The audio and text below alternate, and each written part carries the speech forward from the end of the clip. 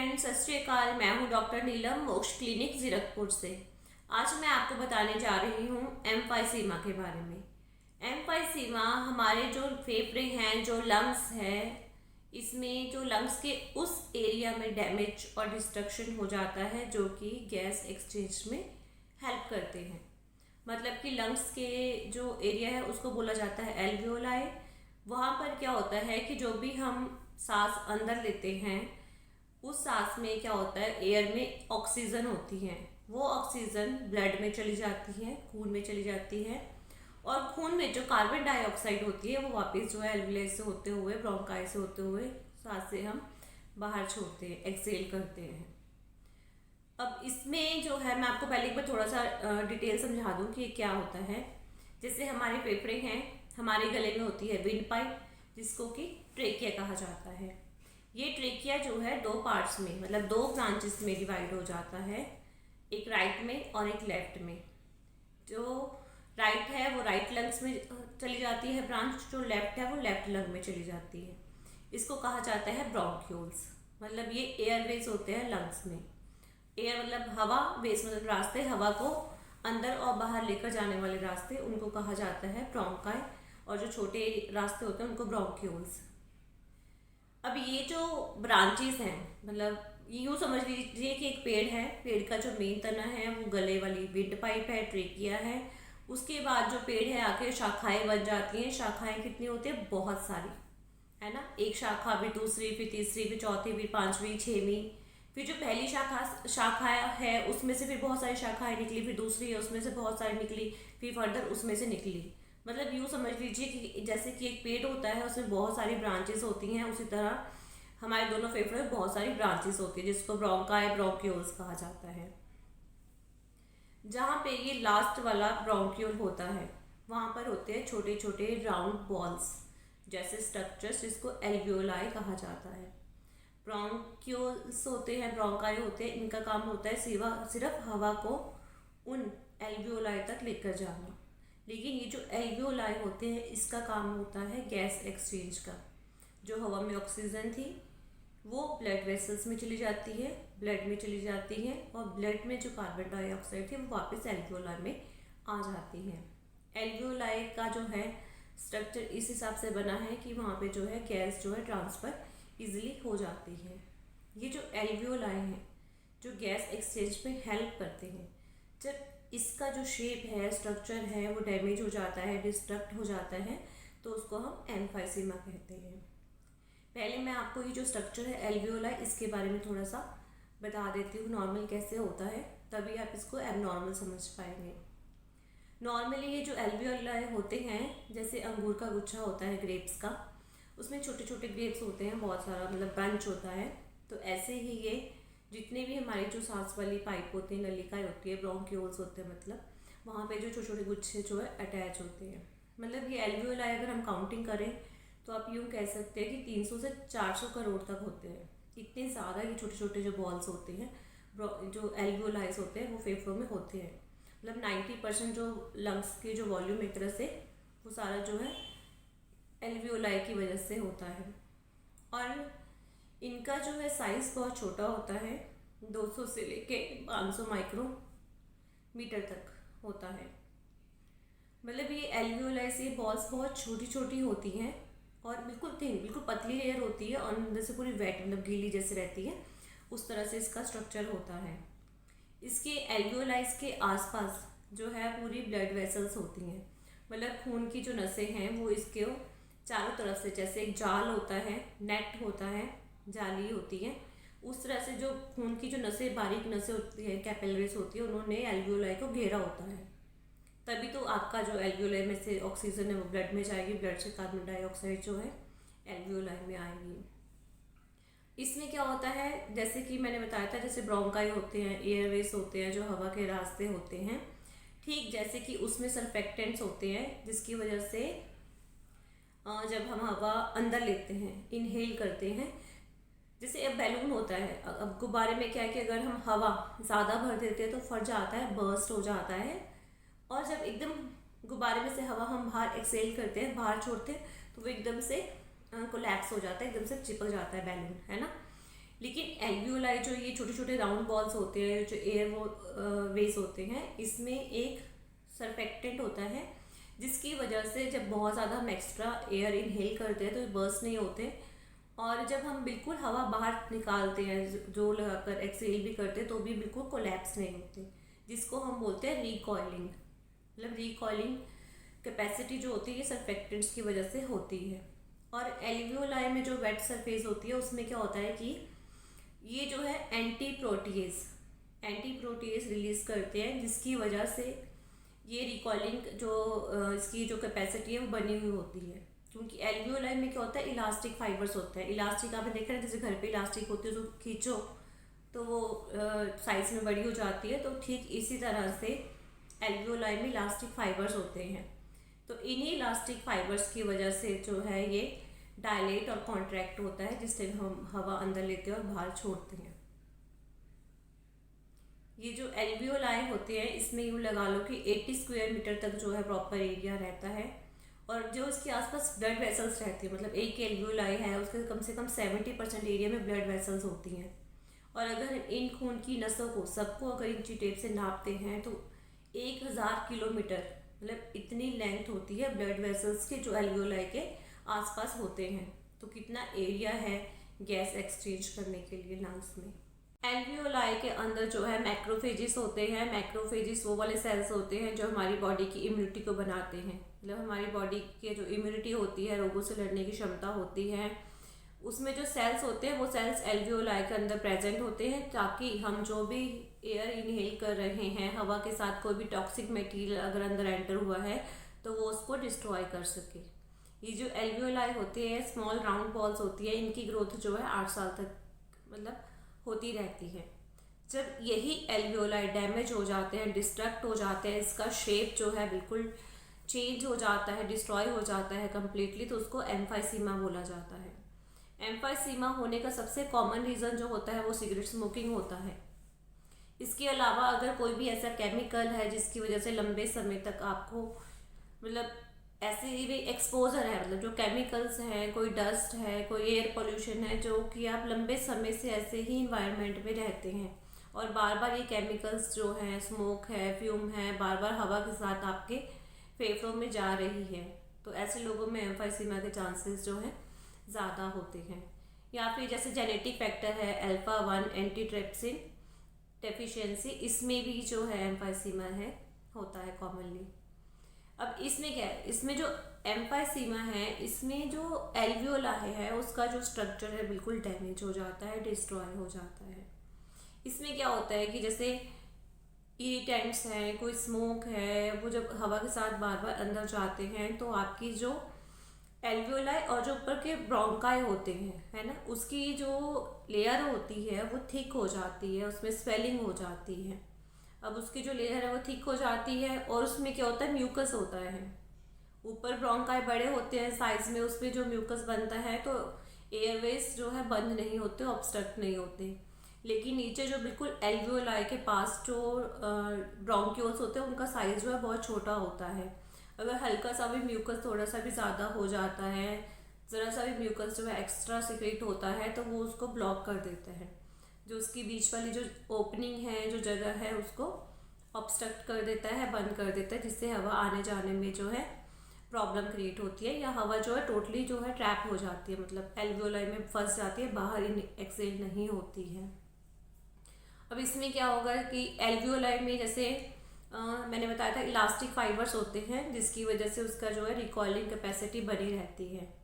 जब बार बार इरिटेशन होती है, इन्फेक्शन होगा उसमें, तो जो है इन्फ्लामेशन होगी।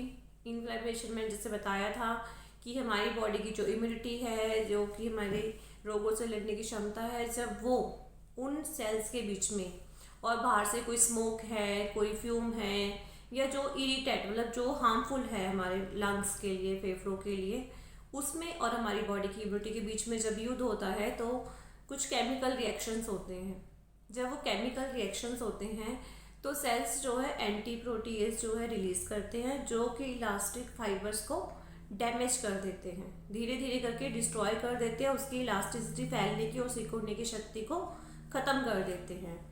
शुरुआत में तो जो हमारे एल्वियोलाई होते हैं, जो ये गैस एक्सचेंज वाले बॉल्स हैं, ये भी प्रोटीएसेस रिलीज करते हैं, उसको मैनेज करते हैं। एक लेवल तक तो बॉडी मैनेज करती है, लेकिन जब बार बार बार बार बार बार इरिटेशन हो रही है, इन्फेक्शन हो रहा है, स्वेलिंग हो रही है, इन्फ्लामेशन हो रही है, तो एल्वियोलाई की प्रोटीएसेस जो वो सिक्रीट करते हैं उसकी कैपेसिटी कम हो जाती है, और ये जो इन्फ्लामेशन और सूजन वाले सेल हैं ये प्रोटीएसेस ज़्यादा बना देते हैं, और ज़्यादा होने की वजह से जो इलास्टिक फाइबर्स है वो डिस्ट्रॉय हो जाते हैं। अब जब इलास्टिक फाइबर, जैसे नाम से पता चल रहा है कि इलास्टिक का खींचेंगे तो वो फैल जाती है, और छोड़ देंगे तो उसका साइज जो वापस अपनी पोजीशन में आ जाता है। लेकिन अब क्या है, इलास्टिक फाइबर तो डैमेज हो गए हैं, अब वो सिर्फ फैल ही सकते हैं। वापस जब हम बाहर छोड़ेंगे हवा तो नॉर्मल अपनी पोजीशन पर नहीं आते, और हवा जब हम अंदर ही नेल करते हैं तो वो फिर थोड़ा स्वेल होते हैं, मतलब फैलते हैं, रिलैक्स करते हैं, लेकिन बार बार बार बार वो रिलैक्स ही होते रहते हैं, क्योंकि इलास्टिक फाइबर तो डैमेज हो गए, बस वो खींच सकते हैं हम उसको, मतलब वापस वो जो है कॉन्ट्रैक्शन में नहीं आते। अब क्या होगा, जो छोटे छोटे बॉल्स थे वो एक बड़ा सा जो है बैलून, बड़ा सा बैलून बन जाएगा। जो बीच के छोटे छोटे जो सेप्टास थे वो सब डिस्ट्रॉय हो गए, बड़ा सेप्टा बन जाएगा। अब इसमें क्या है, हवा फंस जाएगी, क्योंकि वो सब जो है स्ट्रक्चर जो है एल्वियोलाई का सब डैमेज हो चुके हैं। अब नेचुरल सी बात है कि जब एरिया जो स्ट्रक्चर है वो डैमेज हो गया तो गैस एक्सचेंज भी नहीं होगा, मतलब हवा में जो ऑक्सीजन थी वो आपकी ब्लड वेसल्स तक नहीं जाएगी, और ब्लड वेसल्स में जो कार्बन डाइऑक्साइड थी वो वापस एल्वियोलाई में नहीं आएगी। और जो ये एल्वियोलाई है, जो एयरवेज के थ्रू हवा बाहर निकलनी चाहिए थी वो बाहर नहीं निकलेगी, क्योंकि एल्वियोलाई जो एम्फाइसीमा होता है मोस्टली हमेशा क्रॉनिक ब्रोंकाइटिस के साथ में ही होता है, क्योंकि जहाँ पे ये एल्वियोलाई जुड़े होते हैं वहाँ पे ऊपर एयरवेज है, उनका साइज जो बहुत छोटा होता है, तो साथ में उनमें भी जो है ऑब्स्ट्रक्शन हो जाते हैं, म्यूकस की वजह से ब्लॉक हो जाते हैं वो, और हवा जो है बाहर जो है एक्सेल नहीं कर पाती। फिर जो पेशेंट है वो ज़ोर ज़ोर से जो है मतलब कि एक्सेल करने की कोशिश करता है। अब इसमें क्या होगा कि अब आपको क्या कि आपको स्टार्टिंग में क्या होगा, खांसी आती है, बलगम आती है, लेकिन बाद में क्या होगा, जब एक लंबा एरिया डैमेज हो जाता है तो सांस में, जैसे आपका लंग्स का जो फेफड़ों का एक पर्टिकुलर एरिया डैमेज हो गया, उसके बाद आपको चेस्ट में टाइटनेस, पेन, हैवीनेस फील होती है। अब देखो 400 करोड़ एल्वियोलाई हैं, अगर थोड़े बहुत एल्वियोलाई डैमेज होंगे तो आपको हो सकता है कोई लक्षण भी ना आए, आपको पता भी ना चलेगा। जब एक पर्टिकुलर कुछ हिस्सा डैमेज हो जाएगा फिर जाकर आपको जो है लक्षण आने स्टार्ट होती है। इसीलिए जो एम्फाइसीमा है मोस्टली 35 या 40 ईयर्स के बाद ही इसके सिम्टम्स आने स्टार्ट होते हैं, और उसके बाद ही पता चलता है कि एम्फाइसीमा है। छोटी एज में जो है ये नहीं होता, क्योंकि ये क्रॉनिक प्रॉब्लम है, धीरे धीरे इंक्रीज़ होने वाली प्रॉब्लम है, धीरे धीरे करके ये इंक्रीज़ होती रहती है, और धीरे धीरे करके जो इसके लक्षण हैं वो सीवियर होते रहते हैं। नेचुरल सी बात है कि गैस एक्सचेंज है, ऑक्सीजन जो है ब्लड में नहीं जाएगी, और कार्बन डाइऑक्साइड जो है ब्लड में थी वो दोबारा वापस जो है एक्सेल नहीं होगी, क्योंकि जो ब्रोंकाई है स्टार्टिंग वाले छोटे छोटे वो सब ब्लॉक हो रखे हैं, हवा जो है वो बाहर नहीं आएगी। तो फिर क्या होगा, ब्लड में जो है ऑक्सीजन लेवल कम हो जाएगा, कार्बन डाइऑक्साइड ज़्यादा हो जाएगी, फिर जो है आपके जैसे हम कहते हैं नेल्स नीले हो गए, क्योंकि ऑक्सीजन जो है वो तो कमी हो जाएगी। लेकिन इसका इफेक्ट धीरे धीरे करके हार्ट के ऊपर आएगा, क्योंकि दिल से गंदा खून फेफड़ों में आता है, फेफड़े उसको साफ़ करते हैं, फिर वो लेफ्ट साइड की तरफ को दिल में जाता है। अब वो साफ़ ही नहीं कर रहा खून, तो इसका बैक प्रेशर जो है राइट साइड पर दिल में पड़ेगा, तो धीरे धीरे करके जो है राइट साइड के दिल में जो है मतलब राइट साइडेड हार्ट फेलियर भी हो जाएगा, और यही लंबे समय तक होगा। तो उसका इफेक्ट फिर बाकी बॉडी में भी पड़ना शुरू हो जाएगा, स्वेलिंग होनी शुरू हो जाएगी लेग्स में, एंकल्स में, और बाकी सिम्टम्स जो है आने स्टार्ट हो जाते हैं। इसमें लक्षण जो है माइल्ड भी हो सकते हैं, मतलब हल्के, फिर मॉडरेट, फिर सीवियर, फिर वेरी सीवियर। मतलब पहले लक्षण थोड़े होंगे, फिर और ज़्यादा, फिर और ज़्यादा, फिर और ज़्यादा, क्योंकि प्रॉब्लम जो है धीरे धीरे करके जो है बढ़ती रहती है। स्टार्टिंग में लंबे समय से आपको खांसी रहेगी, बलगम रहेगी, सांस चढ़ेगा। नॉर्मली पहले क्या होगा, जैसे हम बहुत हैवी एक्सरसाइज करते हैं तब सांस चढ़ेगा, फिर थोड़ा लाइट एक्सरसाइज करेंगे तब भी सांस चढ़ना शुरू हो जाएगा, फिर नॉर्मल हम जस्ट वॉकिंग करते हैं तो हमें सांस चढ़ना शुरू हो जाता है, फिर हम अगर बैठे हैं, बैठे बैठे भी हमें सांस चढ़ना शुरू हो जाएगा सीवियर में, वेरी सीवियर में। वो इसलिए क्योंकि आपका गैस एक्सचेंज नहीं हो रहा, मतलब कि जब हम काम करते हैं, भागते हैं, दौड़ते हैं, कहीं भी वर्क करते हैं तो हमारी बॉडी में ऑक्सीजन की रिक्वायरमेंट ज़्यादा होती है, लेकिन एल्वियोलाइज डैमेज हो गए हैं तो आपका गैस एक्सचेंज नहीं हो रहा है, आपकी हवा में जो ऑक्सीजन थी वो ब्लड में नहीं जा रही, ब्लड से कार्बन डाइऑक्साइड जो है बाहर एक्सेल नहीं हो रही। तो इस कारण से जब भी हम एक्सरसाइज करेंगे, कोई फिजिकल वर्क करेंगे, धीरे धीरे करके जो है ये सांस चढ़ने वाली जो प्रॉब्लम है ये इंक्रीज़ होती रहती है।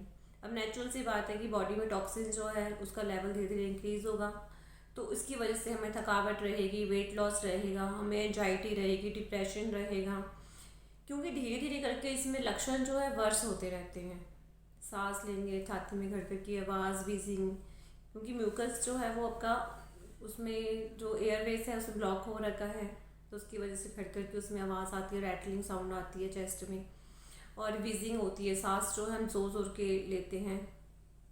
तो ये सारे लक्षण जो है धीरे धीरे करके जो है आपके इंक्रीज़ होते रहते हैं। डिपेंड करता है सिवियरिटी के ऊपर कि कितनी एल्वियोलाई ब्लॉक है, और जितने ज़्यादा एल्वियोलाई ब्लॉक होंगे उतना ज़्यादा आपका गैस एक्सचेंज जो है कम से कम होगा, और आपके एल्वियोलाई का स्ट्रक्चर बिल्कुल डैमेज हो चुका है, नेचुरल सी बात है, तो ये परमानेंटली डैमेज हो जाते हैं।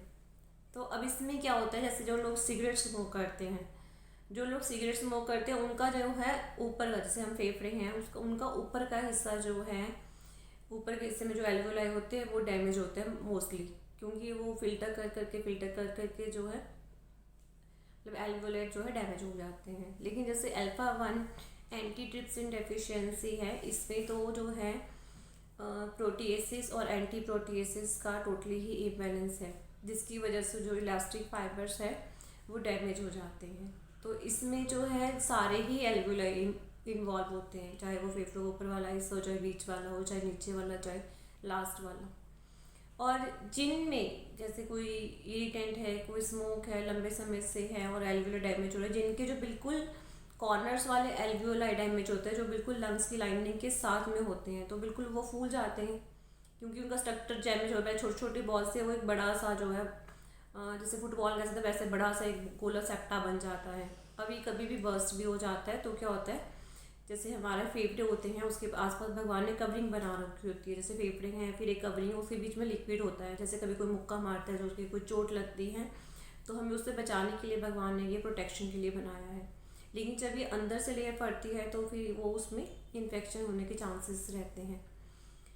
अब इसमें तो सबसे पहले जो ये एम्फाइसीमा है, एक तो इसमें एयर ट्रैप हो गया, क्योंकि एयर जो है बाहर नहीं निकलता, तो इसको जो है मोस्टली ये क्रॉनिक ऑब्स्ट्रक्टिव पल्मोनरी डिसीज़ के अंदर आता है। जैसे क्रॉनिक ब्रोंकाइटिस है, क्रॉनिक ब्रोंकाइटिस में जब तक हवा का जो है ब्लॉकेज नहीं होता तब तक उसको सीओपीडी में नहीं कहा जाता। लेकिन जब हवा जो है ट्रैप हो जाती है क्रॉनिक ब्रोंकाइटिस में, जो आपके एयरवेज है उसमें बिल्कुल ब्लॉकेज हो जाती है म्यूकस की वजह से, और हवा अंदर ट्रैप हो जाती है, तो उसको भी सीओपीडी बोल दिया जाता है। एम्फाइसीमा में भी हवा जो है आपकी एल्वियोलस में फंसी रह जाती है, क्योंकि रास्ता बंद हो जाता है, तो इसको भी सीओपीडी में आती है, दोनों कंडीशन से। तो ये मेरी छोटी सी कोशिश आपको एम्फाइसीमा के बारे में समझाने की। अगर आपका कोई क्वेश्चन है, कोई क्वेरी है, तो आप कॉल कर सकते हैं। अगर किसी मेडिसिन के रिगार्डिंग, आप ट्रीटमेंट के रिगार्डिंग बात करना चाहें, तो उसके लिए भी आप कॉल या SMS कर सकते हैं। Thank you.